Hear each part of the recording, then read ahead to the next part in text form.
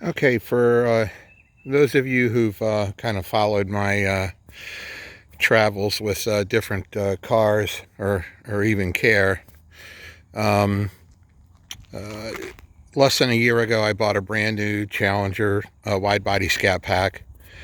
I really did love the car, um, but after a time I kind of had the feeling that it just didn't have enough power for what it was. um, I mean, it would accelerate pretty well, but it didn't pull like I really wanted, wanted the car to.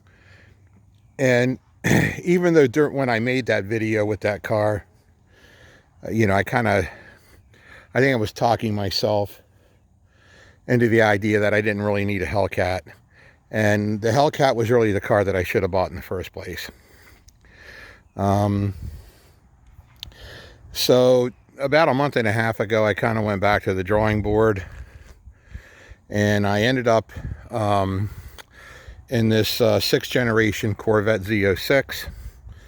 It's got a 427 cubic inch 7-liter V8 with dry sump oiling system, manual transmission. It's fast.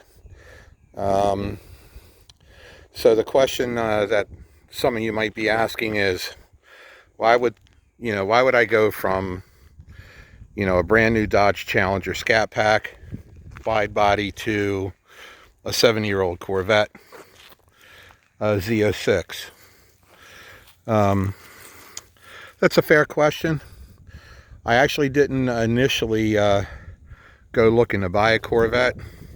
I actually went to a dealer in Norwich, Connecticut to go take a look at a leftover 2019 Camaro ZL1 1LE. And we really couldn't get to where I wanted to be on price. And while I was talking to them about that car, this car was on the showroom floor sitting right next to it. And I was very much interested in this car as well. I bought it, I don't know, less than a month ago. It had 2,330 miles on the odometer. So, for most of this car's life, it's been a garage queen. It is like new inside and out. Smells like a new car. Looks like a new car.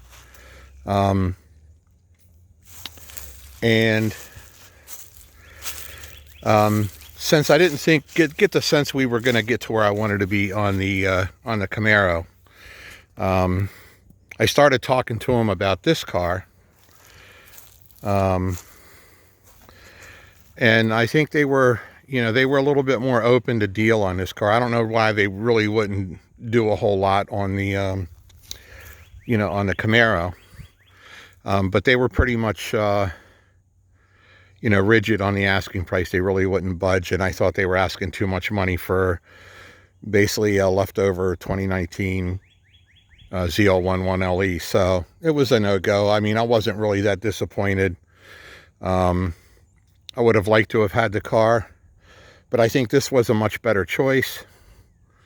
It is absolutely gorgeous. It is a hoot to drive. And this thing is way faster than my Challenger. In fact, with this car, you really have to be careful because you can get loose pretty quickly if you're not careful. But it definitely pulls way harder, has more torque than my Challenger. Of course, this car weighs almost 1,300 pounds less than the Challenger does. So, no surprise that it's got a bigger engine, weighs a whole lot less, and it would be a lot faster. But, I haven't had too many occasions to drive the car. I've put like 300 miles on it since I bought it. I'm going to be taking it out for a ride shortly. It's a gorgeous day. The first real, beautiful stunner day since I've bought the car. And let's take a quick look inside.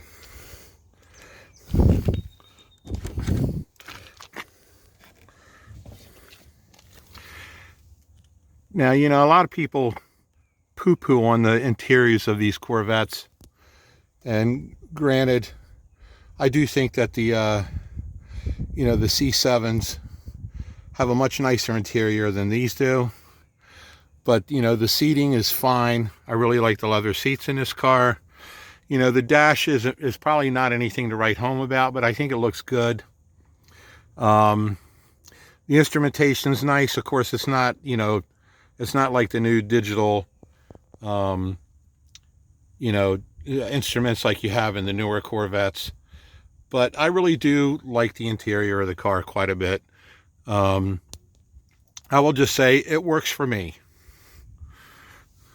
Hold on a second while I pop the hood.